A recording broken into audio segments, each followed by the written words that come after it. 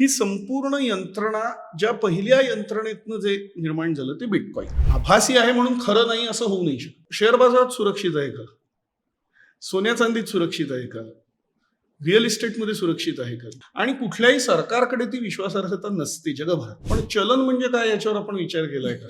सर्व जगाला अशा प्रकारचं आश्वासन ज्या अमेरिकेने दिलेलं होतं त्या अमेरिकेकडेच सोनं आहे की नाही हा प्रश्न निर्माण झाला. तर ब्लॉकचेन हा एक अल्गोरिदम आहे. थोडं सोडवलं जातं. ते सोडवल्याची जी पावती ज्याला हॅशकी म्हणतात त्यातून बिटकॉइन निर्माण होतं. ह्या सगळ्यावर मात काढण्यासाठी म्हणून जी एक कल्पना पुढे आली ती होती क्रिप्टोकरन्सी. नमस्कार, महा MTV गप्पांमध्ये आपलं स्वागत. मी तृप्ती पारसनीस आणि माझ्याबरोबर कॅमेरावर आहे सेजल आणि सिद्धेश. फेब्रुवारी महिना हा आर्थिक जगात एक उलाढाल घडवून गेलाय. क्रिप्टोकरन्सीमध्ये अर्थात तिथे जगात नीचांक पातळी गाठली आहे. पण क्रिप्टोकरन्सीमध्ये नीचांक पातळी गाठल्यामुळे तो एक सुरक्षित असं आश्रयस्थान नसून ते एक चिंतादायक एक स्थान आहे असं मनी कंट्रोलनं नमूद केलंय. पण हे त्यांनी का नमूद केलं असावं? मुळात क्रिप्टोकरन्सी म्हणजे काय? हे गणित कसं बिघडलंय आणि हे गणित आहे काय? क्रिप्टोकरन्सी म्हणजे काय? अशा अनेक प्रश्नांवरती आपण आज गप्पा मारणार आहोत प्रसिद्ध अर्थतज्ञ अजित जोशी यांच्याशी. अजित सर, तुमचं महा MTV गप्पांमध्ये मनापासून स्वागत आहे. आता सगळ्यांच्या तोंडावरती एकच शब्द आहे, तो म्हणजे क्रिप्टोकरन्सी. क्रिप्टोकरन्सी म्हटलं की बिटकॉइन आलं. हे शब्द सगळ्यांना माहिती असतात, पण ह्या शब्दाचा खरा अर्थ माहिती नाही.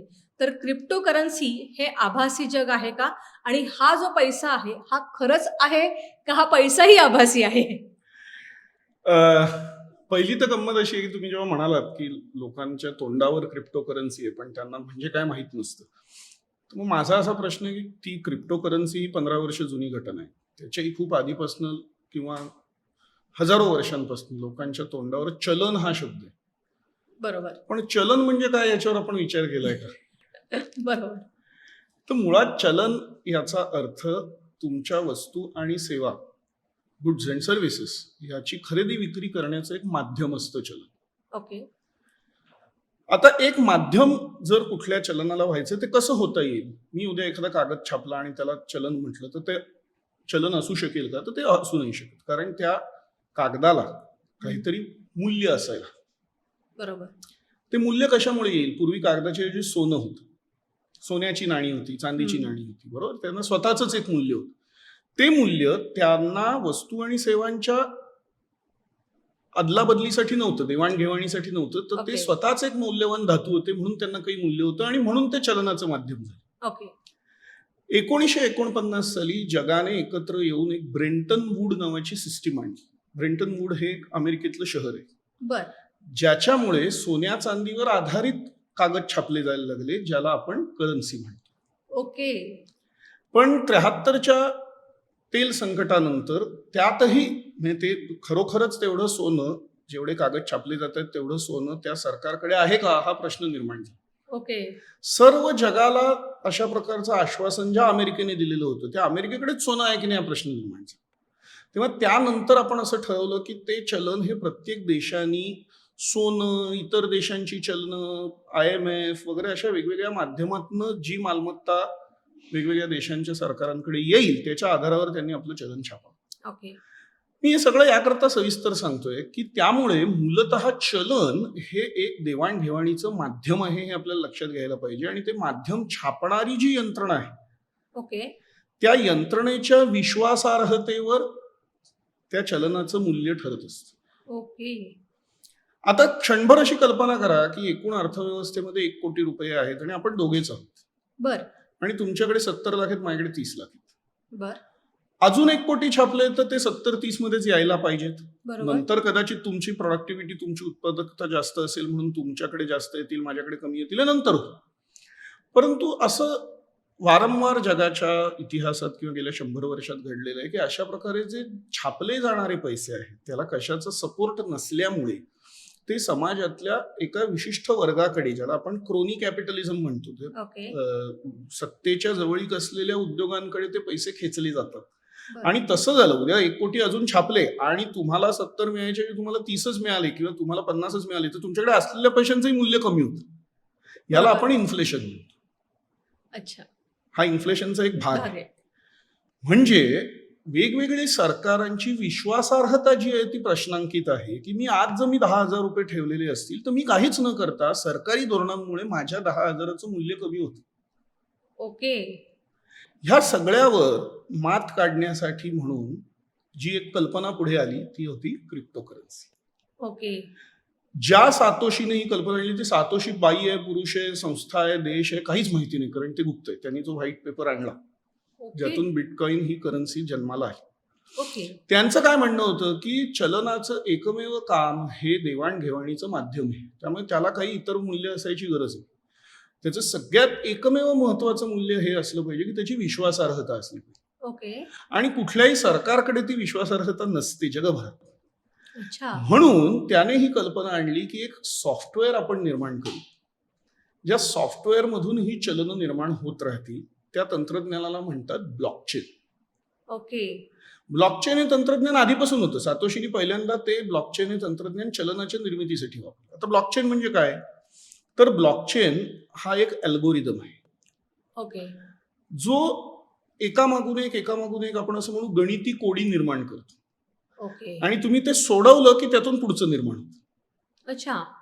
आणि ते सोडवलं की ते सोडवल्यावर आतापर्यंत जेवढी कोडी सुटलेली आहेत त्याची जी एक साखळी म्हणजे चेन आहे, ते ब्लॉक्स जे आहेत ते जाऊन बसतात एका सर्व्हरवर. ओके. पण ते एकाच सर्व्हर बरोबर बसत नाहीत, तर जगभरातल्या अनेक सर्व्हरवर आपोआप कॉपी होतात. ओ. त्यामुळे त्याच्यात काही फेरफार करता येत नाही. एका सर्व्हरवर गोष्टी असतील तर फेरफार होऊ शकतात, पण ते जगभरात अनेक ठिकाणी कॉपी होत जातात, आणि त्यामुळे एकीकडे जर का फेरफार झाला तर बाकीच्या ठिकाणाहून लगेच त्याची वॉर्निंग दिली जाते. ओके. आणि जेव्हा हे एक कोडं सोडवलं जातं, ते सोडवल्याची जी पावती ज्याला हॅशकी म्हणतात, बर. त्यातून बिटकॉइन निर्माण होतात. ओके. एकूण मिळून 21 मिलियन बिटकॉइन निर्माण होणार आहेत अशी ती जी साखळी आहे, त्या साखळीचा जो जीव आहे तो 21 मिलियनचा आहे. अच्छा. सुरुवातीला पहिलं बिटकॉइन जेव्हा आलं, म्हणजे पहिलं जेव्हा कोडं सोडवलं तेव्हा जे हॅशकी आहे त्या हॅशकीनी समजा जर एक बिटकॉइन, समजा जर 1000 बिटकॉइन आणली असती, तर दुसऱ्या हॅशकीनी 500 आणली, बर. तिसऱ्यानी 250 आणली. सो दिस इज हॅल्विंग, अर्ध होत जाते. ओके. सो गेल्या 15 वर्षात 20 मिलियन आली आहेत, पण उरलेली 1 मिलियन यायला अजून 100 वर्ष लागतील, बाप रे. कारण अर्ध होत जाणार ना दरवेळी. बरोबर. ह्या सगळ्या प्रक्रियेमध्ये तुम्हाला बिटकॉइन निर्माण करणं हे मॅनिप्युलेट किंवा ढवळाढवळ नाही करतायत कुठल्याही सरकार किंवा ओके. कोणालाच. ते सॉफ्टवेअरचंच काम आहे. बर. आणि त्या हॅशकी ह्या जाऊन बसत असल्यामुळे आणि त्याचे असंख्य सर्व्हरवर, ज्याला पिअर टू पिअर नेटवर्किंग म्हणतात, त्याच्यावरती त्या हॅशकी जात असल्यामुळे त्याच्यात फेरफारही करतात. बर. ही संपूर्ण यंत्रणा ज्या पहिल्या यंत्रणेतनं जे निर्माण झालं ते बिटकॉइन. सो बिटकॉइन हे एक ओके. चलन, क्रिप्टो करन्सी हा मुळात ह्या सगळ्या तंत्रज्ञानाचं आणि खरं सांगायचं तत्वज्ञानाचं नाव आहे, बर. ज्यातलं पहिलं बिटकॉइन होतं. मग एथेरियम आलं, सोलाना आलं, आणि आता खूप सारी आहे. जे कोणी एखादं अशा प्रकारचं ब्लॉकचेन निर्माण करतात ते त्यातून त्यांचं चलन निर्माण करतात. ह्या ब्लॉकचेन मधून जशी चलनं आली तसे अनेक प्रकारचे व्यवहार आले. आज बिटकॉइन बद्दल काही वाद असला तरी ब्लॉकचेन हे निर्विवादपणे मान्य झालेलं, तर भारत सरकार सुद्धा ब्लॉकचेन तंत्रज्ञानाचा वापर आपल्या रेकॉर्ड किपिंगसाठी किंवा इतर अनेक गोष्टींसाठी करत आहे. ओके. सो असं मला माहिती आहे की हे थोडंसं लक्षात यायला, किंवा तुम्ही कदाचित तुम्हाला आठ्या पडल्या असतील की तुम्ही मला क्रिप्टो करन्सी विचारलं, मी सोन्या चांदीपासून सुरू केलं. बरोबर. पण ते आवश्यक आहे, कारण बरोबर ते आहे. समजल्याशिवाय आभासी म्हणजे काय हे आपल्याला समजेल. तुम्ही आता म्हणालात की आपण सुरुवात जी क्रिप्टो करन्सी म्हणजे काय ह्याच्यापासून केली, कारण हे आभासी सगळं जग आहे. मग या आभासी जगामध्ये एक वास्तववादी गुंतवणूक असते का? ही वास्तववादी गुंतवणूक सुरक्षित असते का? पहिलं आपण असं घेऊ की आभासी जगात वास्तववादी गुंतवणूक असते. तर माझं असं म्हणणं आहे की नीट विचार केल्यावर असं आपल्या लक्षात येतं की आपण मनुष्य प्राणी आहोत याचं कारणच आपण कल्पनेवर विश्वास ठेवतो. दुसरा कुठलाही प्राणी कल्पना करू शकत नाही, तेवढी त्याच्या मेंदूची वाढ नाही, फक्त आपलीच. सो एखादी कल्पना हीच आपल्या मूलभूत मानवी व्यवहाराचा एक भाग आहे. आभासी आहे म्हणून खरं नाही असं होऊ नाही शकत. ओके. सो आभासी म्हणजे काय, तर त्याचं एक भौतिक स्वरूप नाही. तुम्ही असं बाबा हे बिटकॉइन असं म्हणू नाही शकत, एक कागद हा बिटकॉइन किंवा एक नाणं हे बिटकॉइन असं तुम्ही म्हणू नाही शकत. ओके. पण ते अस्तित्वात आहे आजही. म्हणजे मी तुम्हाला एक गोष्ट सांगतो की आज समजा भारताच्या शेअर बाजाराची जी मार्केट व्हॅल्यू आहे, समजा ती काय 200 लाख कोटी आहे असं आपण तात्पुरतं धरू, मला एक्झॅक्ट आकडा आता आठवत. तर 200 लाख कोटी छापले गेलेत का? ते नाहीच ना छापलेले. म्हणजे आत्ताही तुम्ही जे चलन म्हणताय ते छापलेलं नाहीच आहे, ते एका अर्थाने आभासीच आहे. राईट. त्याच न्यायाने बिटकॉईनही आभासी आहे. अर्थात बरं. बिटकॉईनचं मागचं तंत्रज्ञान खूप जास्त गुंतागुंतीचं आहे, कल्पनेच्या पातळीवर गुंतागुंतीचं आहे, सगळं बरोबर. पण आभासी आहे म्हणून त्यात गुंतवणूक होऊ नये असं नाही. To answer your first question. मग सुरक्षित आहे का? तर शेअर बाजारात सुरक्षित आहे का? सोन्या चांदीत सुरक्षित आहे का? रिअल इस्टेटमध्ये सुरक्षित आहे का? जसं या सगळ्या वेगवेगळ्या मालमत्तांना त्यांचे काही धोके आहेत, तसेच धोके हे किंवा म्हणजे तसेच नाही, वेगळ्या प्रकारचे पण धोके हे सर्वच मालमत्तेला, म्हणजे all asset classes have risk. Okay. सर्व मालमत्तांच्या प्रकारांना जोखीम असते, तशी ती बिटकॉईनला आहे. बर. त्याचं स्वरूप वेगळं आहे, कदाचित ते जास्त तीव्रही असू शकतं. कोणी एकेकाळी शेअर बाजारातल्याही जोखमीचं स्वरूप खूप तीव्र होतं. आजही रिअल इस्टेटमध्ये ते तीव्र स्वरूप तुम्ही पाहायला मिळतं. आज तुम्ही पाहिलं की सोन्या चांदीचे भाव हेलकावे खात आहेत. त्यामुळे जोखीम ही असणारच आहे. बर. फक्त त्याचं स्वरूप वेगळं आहे, त्याची कारणं वेगळी आहेत, त्याचं परिणाम वेगळे आहेत, असा ओके. फरक. तुम्ही आता म्हणालात की आपण आत्ता जी ही गुंतवणूक आहे याच्यात जोखीम आहेच आहे. जोखीम आहे हे आता आपण मधल्या काळात आता बघितलंच की सगळ्यात बिटकॉईन हे सगळ्यात नीचांकी पातळी त्यांनी गाठली आहे. ते सगळ्यात खाली त्याचे दर घसरलेत. दर घसरलेत हे सांगण्याचा माझा विचारायचा प्रश्न असा की बिटकॉईन म्हणजे cryptocurrency, one of the cryptocurrency. या बिटकॉईनचा दर कसा ठरतो आणि ह्याचे जे चढ उतार आहेत ह्याचं हे गणित कसं आहे नक्की? आता बिटकॉईनला दोन प्रकारचे, कुठल्याही खरं सांगा कुठल्याही ॲसेटला, कुठल्याही मालमत्तेच्या वर्गाला दोन प्रकारचे धोके असतात. ओके. एक ज्याला आपण आर्थिक व्यवस्थेच्या पातळीवर म्हणजे मॅक्रो इकॉनॉमिक ज्याला म्हणतात, की ज्याच्यात सरकारी ध्येय धोरणं असतात, ज्याच्यामध्ये युद्ध असतात, कर असतात, टॅरिफ असतात, भांडवलाची वाहतूक असते जी एका देशातून दुसऱ्या देशातून असते. आता हा जो धोका आहे, सर्वच ही जोखीम सर्वच वेगवेगळ्या मालमत्तेच्या ओके. प्रकारांना आहे. बिटकॉईनच्या बाबतीत असं आहे किंवा क्रिप्टोकरन्सीच्या बाबतीत असं आहे की जोखीम म्हणता येईल असं सगळ्यात एक घटक महत्वाचा आहे, तो म्हणजे फ्रॉड्स किंवा ओ. घोटाळे. ओके. हे शेवटी तंत्रज्ञान आहे आणि त्या तंत्रज्ञानातनं काही अपरिहार्य किंवा काही निष्काळजीपणातून आलेले धोके निर्माण होतात आणि त्यामुळे त्यात फ्रॉड्स निर्माण होतात आणि त्यातून त्याला धोका येऊ शकतो किंवा दुसऱ्या कुठल्या तरी चलनामध्ये फ्रॉड झालं म्हणून, जसं सत्यमचं फ्रॉड जेव्हा बाहेर आलं तेव्हा इतर आयटी कंपन्यांना फटका बसला, तसं दुसऱ्या कुठल्या तरी चलनामध्ये फ्रॉड झालं म्हणून बिटकॉईनला बसू शकतो. किंवा बिटकॉईनचे व्यवहार करणारी जी एक्सचेंजेस आहेत किंवा त्याचे ब्लॉकचेन असलेले जे वेगवेगळे सर्व्हर्स आहेत, या सगळ्यामध्ये घडलेल्या काहीतरी कमी जास्त गोष्टींमुळे याला धोका निर्माण जोखीम असू शकते आणि त्या जोखमीला आपण फंडामेंटली म्हणू शकतो. जसं एखाद्या कंपनीची जोखीम असते तशी ती बिटकॉईन किंवा वेगवेगळ्या चलनांची जोखीम असते. हा एक ओके. भाग.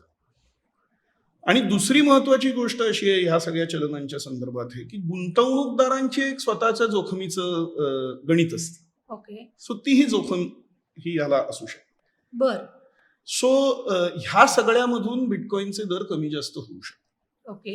लक्षात घेण्याची गोष्ट अशी आहे की आत्ता जे तुम्ही ज्या बिटकॉईनचे दर कमी झाल्याचं म्हणालात, ते कशामुळे झाले त्याच्यावर कदाचित तुमची इच्छा असल्यास आपण बोलू, पण कशामुळे झाले नाही हे मी सांगू शकतो की 2022ला ज्याला विंटर ऑफ द क्रिप्टोकरन्सी म्हणतात, जेव्हा मोठ्या प्रमाणावर क्रिप्टोकरन्सीच्या दरांना फटका बसला होता, बर. त्यावेळेला तो फटका हा जास्त करून बिटकॉईनच्या स्वतःच्या म्हणजे क्रिप्टोकरन्सीच्या अंतर्गत प्रश्नांमुळे, मग ते भ्रष्टाचार नाही, घोटाळे असतील किंवा तंत्रज्ञानातल्या त्रुटी असतील किंवा ह्या सगळ्यामुळे किमतींना फटका बसला. ओके. आता मात्र मॅक्रो इकॉनॉमिक किंवा एकूण अर्थव्यवस्थेच्या संदर्भातल्या ज्या समस्या आहेत त्याचा धक्का किंवा त्याचा फटका हा बिटकॉईनला बसला. ओ. असा महत्वाचा फरक आहे. पण मग आता आपण जे बोलतो आहोत की आता जे दर घसरले, म्हणजे तुम्ही म्हणालात की आपण त्याच्यावर बोलूयात, तर आत्ताच आपण तो प्रश्न घेऊयात की हे जे अचानक एवढा एकदम फॉल जो आलेला आहे किंवा हा जो फॉल तिथे दरामध्ये दिसलाय त्याचं कारण काय आहे? त्याचं कारण असं, एक तर सगळ्यात पहिलं महत्वाचं कारण असं की मी तुम्हाला मगाशी म्हटलं तसं हे मॅक्रो इकॉनॉमिक फॅक्टर्सनी बसलेलं धक्का आहे. बर. जानेवारीच्या अखेरीला जपानमधल्या बॉन्ड मार्केटचे दर चढले. ओके. कर्जाचे दर त्यावेळेला वाढतात ज्या वेळेला त्या कर्जाची जोखीम वाढते. जोखीम जशी वाढते तसे दर वाढतात. ओके. जानेवारीच्या अखेरीला असं लक्षात आलं की 250% GDPच्या प्रमाणात 250% एवढं जपानचं कर्ज आहे. त्यामुळे त्याचे जे दर होते ते 3.91%, जे जपानच्या मानाने खूप जास्त असतात. ओके. एवढ्या प्रमाणात वाढले कसले कर्जाचे. फेब्रुवारीच्या पहिल्या आठवड्यात केव्हिन वॉर्श नावाचे जे गृहस्थ आहेत, ज्यांची फेडरल रिझर्व्हच्या अध्यक्षपदी नेमणूक झाली असं नाही म्हणतात, कारण त्या अमेरिकन पद्धतीने ते प्रत्यक्ष गव्हर्नर होतील मे मध्ये. ओके. परंतु त्यांची प्रक्रिया सुरू सुरू झाली. झाली. ह्या गृहस्थांचा लौकिक हा अधिकाधिक व्याजदर चढे ठेवण्याचा. बर. सो व्याजदर जसे चढे होत जातात तसं तसं जोखीम असली तरी कर्ज ही जास्त आकर्षक व्हायला, okay. As oppose to everything else. इतर जे जोखमीचे वर्ग आहेत जसं की शेअर्स आहेत, गोल्ड आहे. सो तुमच्या असं लक्षात येईल की पडझड ही फक्त क्रिप्टोमध्ये झालेली नाही. ओके. याच सुमाराला सोन्याच्या भावाने जबरदस्त गटांगळी खाल्ली. येस. जगभरातल्या बाजारांना फटका बसला, आपल्याही बाजाराला काही प्रमाणात फटका बसला. याच सुमाराला वेगवेगळे जे ऍसेट क्लासेस आहेत त्यांना फटका बसला. तसाच तो फटका क्रिप्टोला बसला. ओके. ही क्रिप्टोसाठी खूप आनंदाची बाब. अच्छा. त्याचं कारण असं आहे की हा का बसला, कारण क्रिप्टोमध्ये गेल्या 1.5 वर्षामध्ये खास करून संस्थागत गुंतवणूक म्हणजे इन्स्टिट्यूशनल इन्व्हेस्टमेंट ही मोठ्या प्रमाणात. आतापर्यंत काय होतं, क्रिप्टो हा एका बाजूला काही हौशी ज्याला तंत्रज्ञानाची आवड आहे असे लोक, दुसऱ्या बाजूला काही धाडसी असे अतिश्रीमंत, ह्या लोकांच्या गुंतवणुकीचं साधन, ओके. ज्याच्यामुळे क्रिप्टोच्या किमती वाढल्या. परंतु गेल्या 1.5-2 वर्षामध्ये मोठे मोठे हेज फंडचं मुळातच काम हे अवाढव्य निधींचं नियमन करणं हे असतं. बर. सो हे मोठे मोठे हेज फंड्स क्रिप्टोमध्ये जायला लागले. ओके. मोठे मोठे गुंतवणूकदार जायला लागले, संस्थात्मक गुंतवणुकी व्हायला लागल्या. सगळ्यात महत्वाचं म्हणजे ज्याला ETF, एक्सचेंज ट्रेडेड फंड्स म्हणतात, त्यांची मोठ्या प्रमाणावर गुंतवणूक व्हायला लागली. आणि ETFचं वैशिष्ट्य असं आहे की ETFला हे निर्णय घेता येत नाहीत की किमती कमी होऊ द्यायच्या का नाही. म्हणजे समजा किमती कमी होत असतील आणि तुम्ही म्हणाल होऊन देत कमी, आपण थांबून राहू, कधीतरी पुन्हा वर जातील, असं आपण म्हणू शकतो, किंवा म्युच्युअल फंड म्हणू शकतो, किंवा इतर निधी म्हणू शकतात. ETF म्हणू नाही शकतो. ओके. सो त्या किमती जशा कमी व्हायला लागल्या तसतसं ETFचे स्टॉप लॉस ट्रिगर व्हायला लागले आणि त्यातनं फटाफट विक्री व्हायला लागली. एक प्रकारचं भीषण वर्तुळ तयार झालं आणि त्यातून या किमती कमी झाल्या. ओके. पण ही चांगली बातमी याकरता आहे की याचा अर्थ आता क्रिप्टो करन्सी ही सुद्धा इतर मालमत्तांसारखी पाहिली जायला लागलेली आहे, जी आपण त्यांना आउट ऑफ ऑर्डिनरी म्हणत होतो, किंवा जी मॅव्हेरिक लोकांच्या गुंतवणुकीचं माध्यम म्हणत होतो, ते आता हळूहळू मुख्य प्रवाहाच्या दिशेला यायला लागलेलं आहे. ह्याची ही एक खूण मानली जाते आणि या अर्थाने हे क्रिप्टो करन्सीमध्ये घडलेले बदल हे स्वागतार्ह मानले. तुम्ही म्हणताय की आता क्रिप्टो करन्सीसाठी दर पडणं ही एक खूप चांगली आणि आनंदाची गोष्ट आहे, पण सरकार त्या दृष्टीनं त्याच्याकडे बघत नाहीये, किंवा सरकार क्रिप्टो करन्सीच्या या सगळ्या गोष्टींना घाबरतंय का, किंवा सरकारला असं वाटतंय का की आपण क्रिप्टो करन्सी घेऊन आपण सगळ्या देशाला नियंत्रित करू शकतो का, असं सरकारचं धोरण आहे का? नाही बघा, अगदी प्रामाणिकपणे सांगायचं तर सरकार क्रिप्टो करन्सीला घाबरतंय असा विषय नाही, त्या कल्पनेला घाबरतंय असं आपण म्हणू शकतो. म्हणजे अशा अर्थाने की ती आधी कल्पना समजून घ्यायला हवी. बरं, जसं त्याच्यामध्ये तुमच्या कदाचित असं लक्षात आलं असेल की मी बऱ्यापैकी या कल्पनेला सकारात्मक आहे, पण मलाही हे मान्य आहे की याच्यामध्ये अनेक धोके सुद्धा आहेत. उदाहरणार्थ यातले व्यवहार ट्रॅक करता येत नाहीत, राईट, जसे बँकांचे करता येतात किंवा म्युच्युअल फंडचे येतात किंवा इतर बऱ्याच गोष्टींचे येतात, तसे यातले व्यवहार सहजासहजी ट्रॅक करता येत नाहीत. सो त्याचा गैरवापर, त्याचा गुन्हेगारीसाठी वापर होऊ शकतो आणि होतोही. डार्क वेब ज्याला म्हटलं जातं, त्याच्यावर बिटकॉइन मधनं दहशतवाद, अंमली पदार्थ या सगळ्यांसाठी त्याचा वापर होतो, हेही सत्य. सो ह्या सगळ्यामुळेही सरकारला एक प्रकारचा अप्रिहेन्शन आपण ज्याला म्हणतो, एक प्रकारचा वेरीनेस की काय बाबा हे काय आहे, कसं करायचं, असं आहे. दुसरी गोष्ट अशी की मी मगाशी म्हटल्याप्रमाणे मुळात ही कल्पनाच सरकारच्या एकूण संपत्तीवर जो अनियंत्रित ताबा आहे त्याला आव्हान देणारीच कल्पना आहे. अच्छा. कारण त्याला सरकार कंट्रोलच करू शकत नाही ना. सरकारकडे आज ज्याला आपण मॉनिटरी पॉलिसी म्हणतो, म्हणजे काय असतं, तर पैसे किती छापायचे नाही छापायचे, एकूण अर्थव्यवस्थेत किती पैसे आणायचे आणि नाही आणायचे, हे जे सरकारचा अधिकार आहे हाच सरकारकडनं काढला जातो. त्यामुळे भारतच नाही, जगभरातल्या सरकारांना सुद्धा ह्या प्रकाराबद्दल थोडंसं कपाळावर आठ्या आहे. पण मग ह्याच्यामध्ये जी गुंतवणूक होते, किंवा आता समजा मी बिटकॉइन मध्ये इंटरेस्टेड आहे, मी बिटकॉइनचा एखादा व्यवहार केला तर त्याच्यामध्ये जो काही फ्रॉड होतोय, हा फ्रॉड ओळखायचा कसा? तर पहिलं असं की व्यवहारात फ्रॉड होतो असं नाहीये. कंपन्या आहेत काही की ज्यांनी भारतापुरतं जर सांगायचं, जसं कॉइन DCX सारखी कंपनी आहे की ज्यांनी एक मंच उभा केलाय, एक प्लॅटफॉर्म उभा केलाय Okay. ज्याच्यावरती तुम्ही बिटकॉइनची खरेदी विक्री करू शकता. बर आणि आता उदाहरणार्थ वजीरेक्स नावाचा असाच एक प्लॅटफॉर्म होता जो त्या कंपनीच्या अंतर्गत समस्येमुळे बंद पडला असो, तिथल्या काही गुंतवणूकदारांचं नुकसान झालेलं असू शकतं.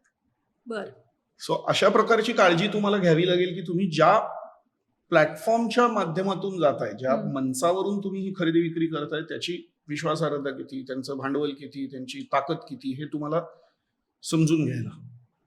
त्याचबरोबर मी मगाशी म्हटलं तसं बिटकॉइन हा आदी पुरुष किंवा आदी स्त्री म्हणू आपण, आदी माया म्हणू पाहिजे. बिटकॉइन ही आदी माया आहे, बर परंतु अशी तिची चिकार तिच्यानंतरची पिल्लावळ आहे. खूप Okay. साऱ्या वेगवेगळी चलनं त्यानंतर जन्माला आली. त्यातली काही चलनं फ्रॉड प्रकारातली आहे. अच्छा सो त्याच्याबद्दल तुम्हाला सावध राहायला हवं, त्याच्याबद्दल अधिकाधिक माहिती मिळवायला हवी. खास करून तुम्ही जर का अशा अज्ञात चलनांमध्ये किंवा नव्या चलनांमध्ये जात असाल तर त्याची खूप सारी अभ्यास करायला हवा, माहिती मिळवायला हवी, हे अतिशय महत्वाचं आहे. बर सो ह्या गोष्टी जर तुम्ही केल्यात तर तुम्ही त्या जोखमीपासून स्वतःचं संरक्षण करू शकता. आपण आता ज्या 21व्या शतकात आहोत तिथे जेनझी हा एक सगळ्यांचा आवडता वर्ग आहे आणि सध्या जेनझींचा कल हा बिटकॉइन किंवा क्रिप्टो करन्सीकडे आहे का सोने चांदीच्या ETF कडे ते वळत आहेत? तुम्हाला काय वाटतंय? कसं आहे की जेनझींच्या बाबतीत सगळ्यात पहिला महत्वाचा भाग असा आहे की जेनझी हा एक सबगोलंकार किंवा एकजीव असा समाजवर्ग नाही.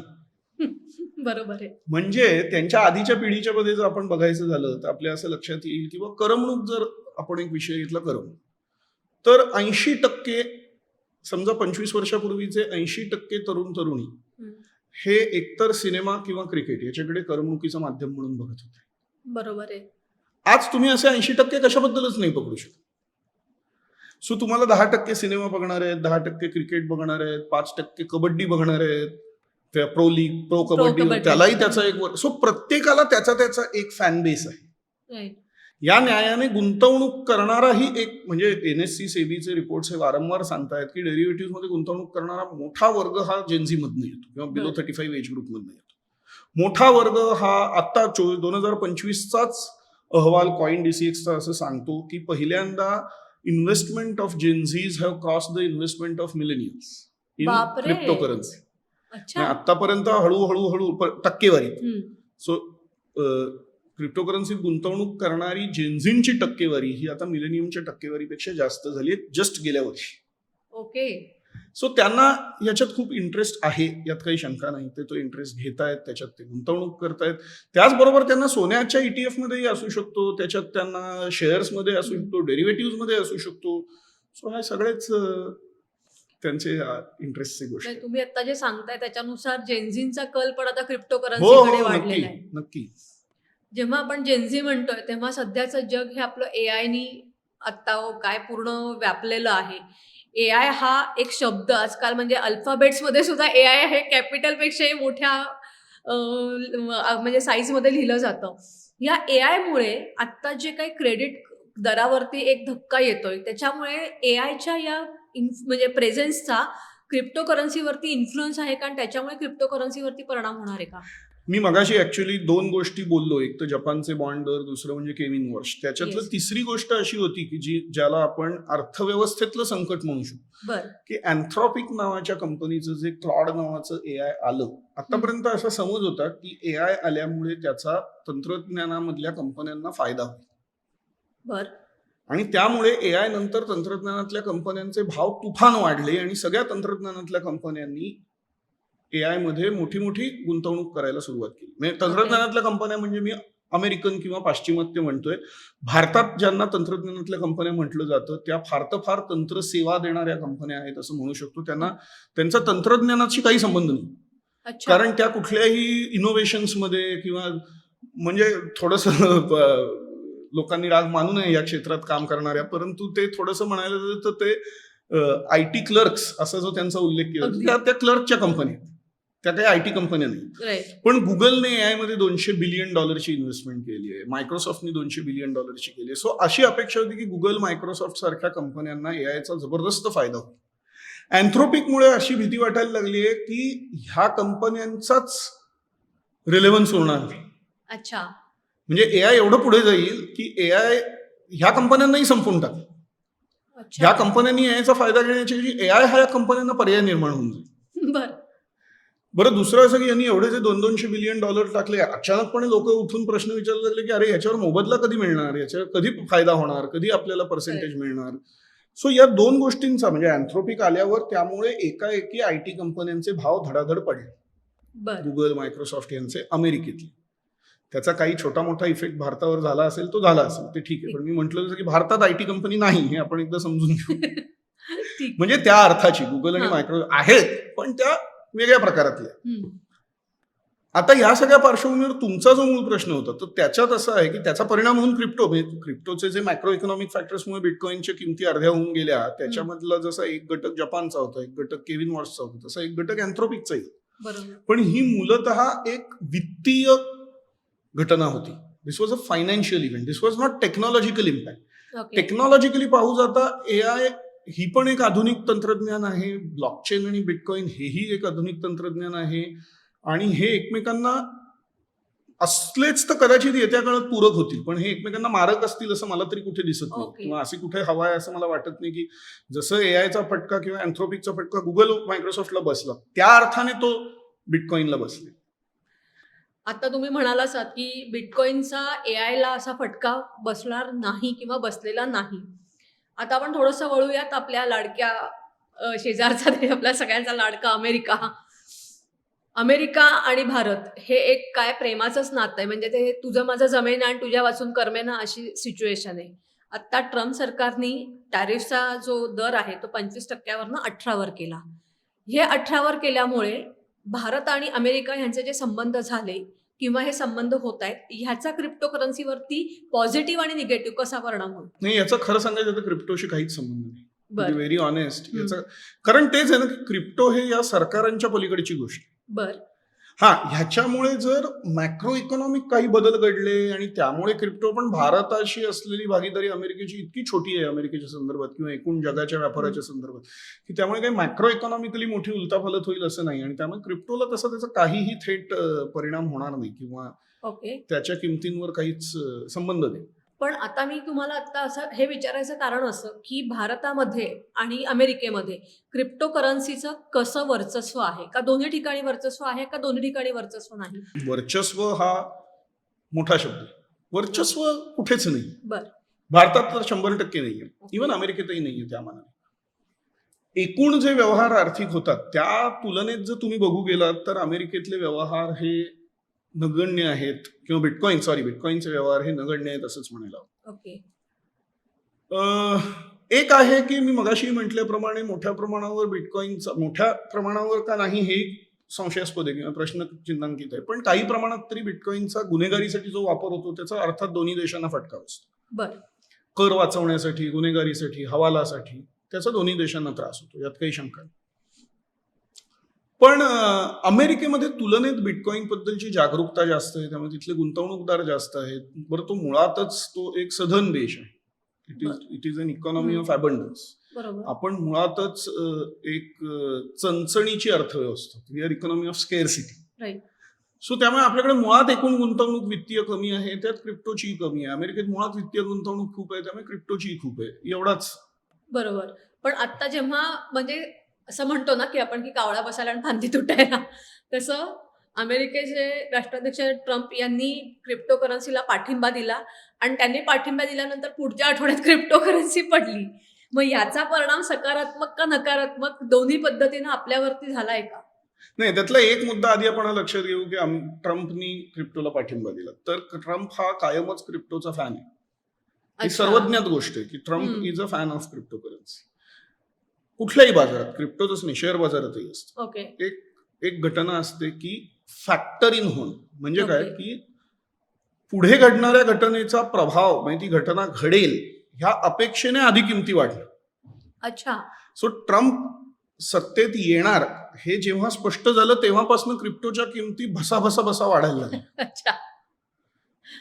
कारण आता तो आला म्हणजे सगळं हे होणार. ह्या सत्तेत आल्यावर त्यांनी ज्या पॉलिसी राबवल्या, जसं जिनियस ऍक्ट आणला किंवा स्टेबल कॉइन्स आणली, या सगळ्यामधनं त्याने क्रिप्टोला अप्रत्यक्ष सपोर्टच केलं.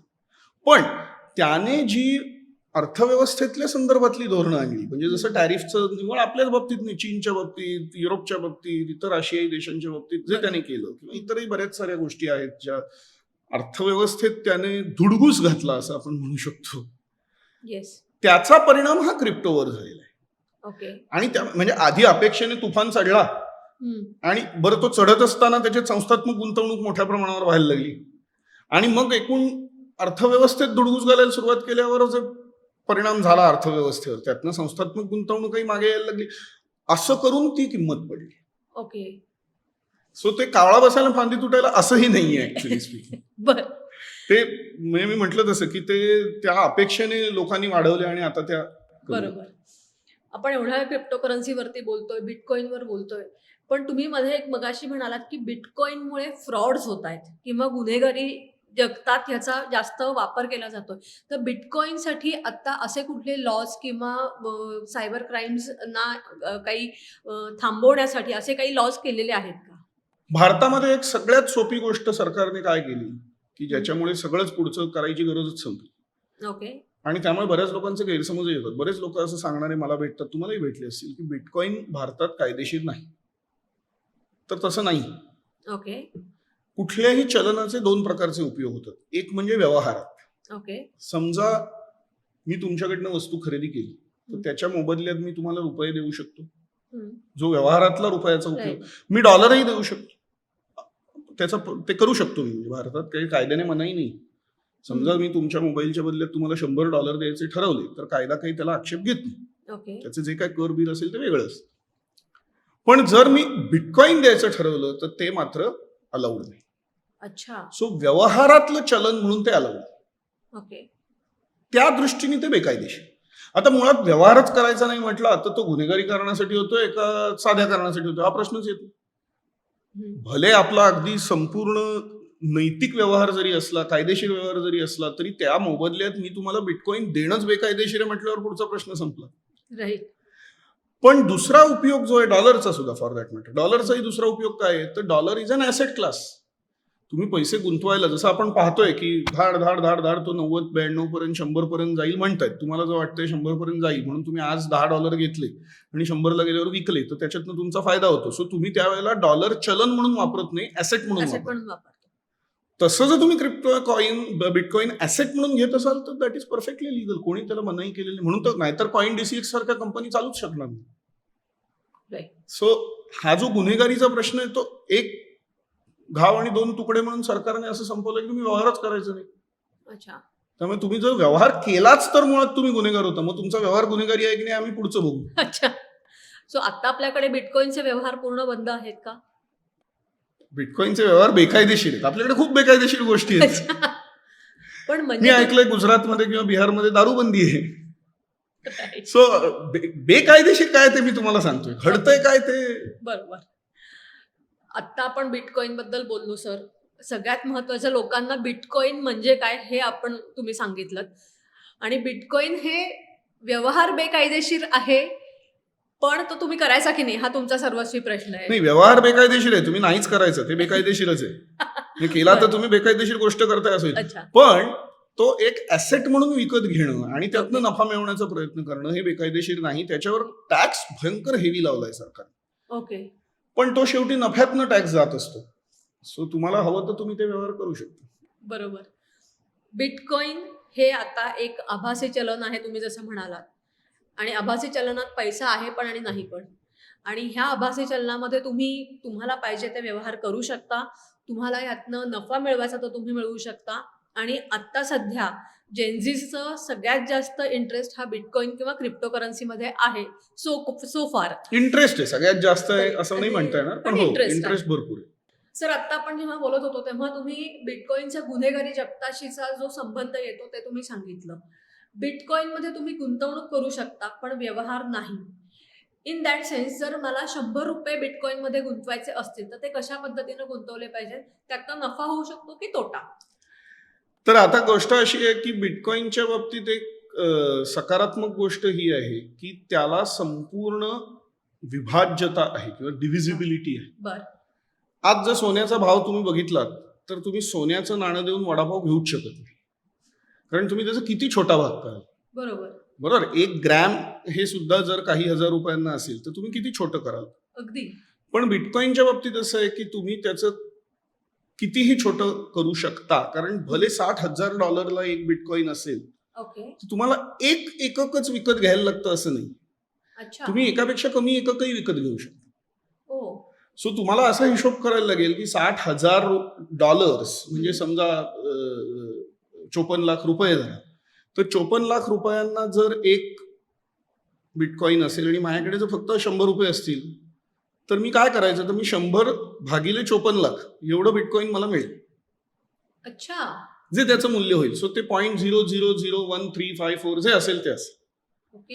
आणि ह्या प्रकारची गुंतवणूक करणं जी एक प्रकारचे ETF सारखंच ते काम करतंय, हम्म. हे तुम्हाला शक्य होतं कॉइन DCX किंवा तत्सम बरीच आहेत. माझ्या डोक्यात पटकन ते आलं, पण इतरही बरीच आहेत ह्या सगळ्या प्लॅटफॉर्मच्या माध्यमातून. बर. सो त्याच्यात तुम्ही 100 रुपये गुंतवून ही गुंतवणूक म्हणजे आता त्याचीही काहीतरी एक मिनिमम व्हॅल्यू कदाचित 1000 असेल, 100 नसेल, बरोबर. पण तुम्हाला 54 लाख लागत नाहीत. अच्छा. जिकडे आपण म्हणतोय आता की शेअर्स, बरोबर, शेअर्स मध्ये एक आपण फंडामेंटल अनालिसिस करतो किंवा शेअर्स मार्केटचा एक तुम्हाला आवाका दिसतो, असा बिटकॉइनचा दिसत नाही सर. नाही, कसं आहे की शेअर्सच्या बाबतीत मी उदाहरणार्थ एखाद्या कंपनीत गुंतवणूक करावी का नाही हे ठरवत असताना त्याचा जो फंडामेंटल अनालिसिस आहे तो काही रेशोजच्या माध्यमातून म्हणजे गुणोत्तरांच्या माध्यमातून. कारण काय असतं की शेअर म्हणजे कंपनीची मालकी, त्यामुळे कंपनी जे व्यवहार करेल आणि कंपनी जो नफा नुकसान करेल त्याच्या जोरावर शेअरचं मूल्य ठरतं, आणि त्यामुळे कंपनीच्या व्यवहारांशी रिलेटेड जी गुणोत्तरं असतात, रेशोज असतात, ते शेअरचं मूल्य ठरवायला उपयोगी पडतात. ओके. बिटकॉइनच्या संदर्भात हे निकषच वेगळे आहेत. अच्छा. सो उदाहरणार्थ त्याची दुर्मिळता किती आहे, म्हणजे मी मगाशी म्हटलं तसं की आता 20 मिलियन छापून झाली, उरलेली 1 मिलियनच आहेत. सो बिटकॉइन हळूहळू दुर्मिळ, म्हणजे क्रिप्टोच्या बाबतीत आपण बोलतोय, बिटकॉइन हे एक प्रकार आहे. सो ते आता हळूहळू दुर्मिळ होत चाललंय. ओके. त्याच्यामुळे वाढू शकतं. किंवा त्याचे युजर्स किती आहेत, ओके. युनिक युजर्स किती आहेत. सो त्याच्यावर सिद्धांत आहेत, त्याच्यावर संशोधन आहे. मॅटक्लिफ लॉ म्हणून आहे की एकूण user square is equal to value in proportion वगैरे वगैरे. मी आता त्या तांत्रिकतेत जात नाही, पण किती प्रमाणात. कारण लक्षात घ्या, पुन्हा पुन्हा मी तुम्हाला हेच सांगण्याचा प्रयत्न करतोय की चलनाचं एकच काम आहे की त्यांनी वस्तू आणि सेवांची देवाणघेवाण करावी, आणि तसं जर करायचं असेल त्याला विश्वासार्हता हवी. जर अधिकाधिक युजर्स त्यात येत असतील तर याचा अर्थ विश्वासार्हता वाढते आहे, त्यामुळे त्या चलनाचं मूल्यही वाढते. बर. सो युजर्स बेस किती आहे, व्यवहार किती होत आहेत. युजर आहेत पण आता व्यवहारच कोणाला करायचं नाही असं आहे का, हे जे सगळे निकष आहेत ह्यातून क्रिप्टो करन्सीचं मूल्य ठरत असतं. अच्छा. सो क्रिप्टो करन्सीचे जे आधारभूत गोष्टी आहेत, फंडामेंटल अनालिसिस जो आहे, आधारभूत विश्लेषण जे आहे, त्याच्याकरता कंपन्यांसारखं त्याचा रेशो नाही आहे. त्याच्यासाठी हे सगळे तांत्रिक निकष वापरावे लागतात. ओके. माझा आणखीन एक हे की जसं शेअर मार्केट आहे की तुम्हाला आज तुम्ही गेलात की शेअर मार्केट दिसतं, असं बिटकॉइन्स किंवा क्रिप्टो करन्सीचं मार्केट आहे का? हो. आणि अशा मार्केटमध्ये रोजची उलाढाल साधारण किती प्रमाणात होत असते? रोजच्या उलाढालीचे आता पटकन आकडे मला वाटतं मी सांगू नाही शकणार. मला असं वाटतं की भारतात मध्यंतरी पुन्हा कॉइन DCXचा रिपोर्ट काहीतरी दिवसाचे 100 कोटी वगैरे असा होता. ओके. जे तुम्ही ओव्हरऑल मार्केटच्या बघितलं तर अगदीच नगण्य आहे, पण ते भारताच्या संदर्भात आहे बहुधा, आणि ते सुद्धा. पण बाजार आहेत, म्हणजे त्याचे एक्सचेंजेस आहेत की ज्याच्यावर बिटकॉइनचा व्यवहार होतो. ते बहुतांशी जास्तीत जास्त एक्सचेंजेस ही अमेरिका केंद्रित आहेत, आणि मी म्हटलं तसं कॉइन DCX सारखे एक्सचेंजेस आहेत की जिथे तुम्ही आम्ही कोणी भारतीय गुंतवणूक करू शकतो किंवा करतात लोक. अच्छा. म्हणजे हे सगळे लीगल आहेत? हो, कारण गुंतवणूक लीगल आहे. मी परत तेच सांगतो अच्छा. की गुंतवणूक लीगल आहे, व्यवहार इलिगल. अच्छा. तुम्ही विकत घेतलेल्या वस्तू आणि सेवांच्या मोबदल्यात बिटकॉइन देऊ नाही शकता. ओके. पण तुम्ही उद्या किमती वाढतील म्हणून आज विकत घेऊ शकता. बर. सरकारला उलट त्याच्यात फायदा आहे, कारण मी मगाशी सांगितलं तसं हेवी रेट ऑफ टॅक्सेशन आहे त्याच्यात. भरपूर जास्त प्रमाणात टॅक्स त्याच्यावर सरकार लावतं. मला बिटकॉइनची एकूण एक बिटकॉइन घेण्यापासून ते विकण्यापर्यंतची एक प्रोसेस जरा थोडक्यात सांगू शकाल का? हो, ते मी तुम्हाला first of all it all happens on your phone, right? Okay. तुम्ही कुठला तरी जो प्लॅटफॉर्म आहे तो तुम्ही त्याचं ॲप डाउनलोड करा. त्याच्यावर जसं तुम्हाला केवायसीचे जे नियमित सगळे बँकेचं आणि आधार आणि काय जे काय तुमचं ॲड्रेस प्रूफ वगैरे जे काय बाकीच्या कुठल्याही बँक किंवा शेअर मार्केटच्या अकाउंटला जे कागदपत्र लागतात त्याच्यावर तुमचं अकाउंट निघतं. ठीक आहे. आणि जसं तुम्ही ऑनलाईन शेअर्स खरेदी करता तसं तुम्ही ऑनलाईन वेगवेगळी चलनं खरेदी करता. ओके. आणि फक्त एवढंच आहे की आता काही जसं MRF नावाचा जो शेअर आहे तो काही हजार किंवा मला वाटतं आता कदाचित लाखाच्याही पुढे गेले. सो तो एक शेअर घ्यायचा तरी तेवढे पैसे लागतात. पण तसं बिटकॉइनच्या बाबतीत नाही. जे काय त्या प्लॅटफॉर्मने आखून दिलेली समजा 1000 रुपयाची मर्यादा, तुम्ही 1000 रुपयाची बिटकॉइन विकत घेऊ शकता. ऑनलाईन ऑर्डर प्लेस केली की ती येतात. विकायच्या वेळेला विकून टाकायची. फक्त एवढंच आहे की त्याच्यावर टॅक्स लागतो भरपूर. मग त्याचे TDSशी रिलेटेड काही नियम आहेत वगैरे. पण ती सगळी तांत्रिकता आहे आणि ते प्लॅटफॉर्मवर त्याची काळजी घेतली जाते. ओके. आपण आतापर्यंत जे बोलतो आहोत त्यामध्ये सगळ्यात महत्वाचा प्रश्न की आपण जेनझी हा एक विषय घेतला. तुम्ही म्हणालात की जेनझींच्या आधीची पण पिढी सगळ्या गोष्टींवरती काम करते. क्रिप्टो करन्सी या सगळ्याच्या पलीकडे गेल्यानंतर क्रिप्टो करन्सीचं भविष्य काय? काय आहे ते एक तंत्रज्ञान आहे आणि कुठलंही तंत्रज्ञान हे माणसाने कधी गिव्हअप केलेलं नाहीये. तुम्ही बघितलं तर अगदी Okay. आगीपासून आगीचा शोध लावला तेव्हा सुद्धा वणवेच आधी लागले. बरोबर. त्यामुळे कुठल्याही तंत्रज्ञानाने त्याचा विनाश आणलेला आहे, त्याच्या समस्या आणलेल्या आहेत, त्यात काही शंका नाही. तशा त्या क्रिप्टोने आणलेल्या असतील. पण कुठलंच तंत्रज्ञान हे मानवी समाजाने सोडून दिलेलं आहे असं झालेलं नाही. त्यामुळे Okay. हे तंत्रज्ञानही सोडून दिलं जाणार नाही आणि मला तर वाटतं दिलंही जाऊ नये, कारण ते सर्वाधिक पारदर्शक आणि सर्वाधिक स्वच्छ अशा स्वरूपाचं Okay. तंत्रज्ञान आहे. ॲज अन आयडिया, कल्पना म्हणून ते सर्व. आता त्याचा सध्या मीच स्वतःही म्हटलं तसं त्याचा सध्या होणाऱ्या उपयोगात भरपूर साऱ्या गैरगोष्टी घडतायत किंवा गुन्हेगारीसाठी हे सगळं बरोबर आहे. त्याचा परिणाम होईल, कदाचित बिटकॉइन जाईल आणि दुसरं कुठलं तरी येईल किंवा कदाचित इथेरियम जास्त पॉवरफुल होईल किंवा ह्या सगळ्याबद्दल मला आता सांगणं कठीण आहे की नक्की कुठली चलनांची जी वेगवेगळे प्रकार आहेत त्याच्यातले क्रिप्टो करन्सी नावाच्या मोठ्या छत्रीच्या खालचे बरोबर. त्यातले कुठले चालतील कुठले फसतील हे मला आता सांगणं कठीण आहे. पण एक गोष्ट नक्की की हे भविष्याचं तंत्रज्ञान आहे. ही भविष्याचा वित्त व्यवहार आहे. हे भविष्याचा अर्थव्यवहार आहे. कधी ते मी सांगणं एवढा हुशार नाही, पण 5 वर्षांनी 10 वर्षांनी 100 वर्षांनी 200 वर्षांनी मला व्यक्तिशः असं खूप स्ट्रॉंगली वाटतं की जे ते भविष्य असेल ते क्रिप्टो करन्सीचंच असेल. अच्छा. तर ते कधी घडेल, कसं घडेल, काय स्वरूपात घडेल, ह्याच चलनांमधून घडेल, दुसरीकडनं घडेल, आपल्या हयातीत घडेल, अजून 100 हे आपल्याला बघायला पाहिजे. पण भविष्य हे क्रिप्टो करन्सी असा माझा विश्वास. तर हे तुम्ही आम्हाला खूप महत्वाची आणि मोलाची माहिती सांगितली. आता कदाचित लोक जागरूक होऊन बिटकॉइनचा नीट विचार करून त्यातनं पुढे व्यवहार वाढवतीलही अशी आपण आशा करूयात. तुम्ही वेळात वेळ काढून इथे आलात आणि आमच्याशी बिटकॉइन ह्या महत्वाच्या विषयावरची मोलाची माहिती शेअर केली. यासाठी महा MTV तर्फे तुमचे मनापासून धन्यवाद. Thank you very much. मला इथे बोलावल्याबद्दल माझ्याकडूनही धन्यवाद. बिटकॉइन अर्थात क्रिप्टो करन्सी जी सगळ्यांसाठीच आभासी आहे, पण तुम्ही त्याच्यामध्ये व्यवहार करू शकता, पैसा मिळवू शकता, ही महत्त्वाची आणि मोलाची माहिती आपण अर्थतज्ञ अजित जोशी यांच्याकडनं ऐकली. तुम्हाला आमचा हा पॉडकास्ट कसा वाटला हे आम्हाला जरूर कळवा. त्याचबरोबर कोणत्या कोणत्या विषयाचे पॉडकास्ट ऐकायला आवडतील हे देखील कमेंट करून जरूर कळवा. त्यासाठी महा MTVला लाईक करा, शेअर करा आणि सबस्क्राईब करा. धन्यवाद.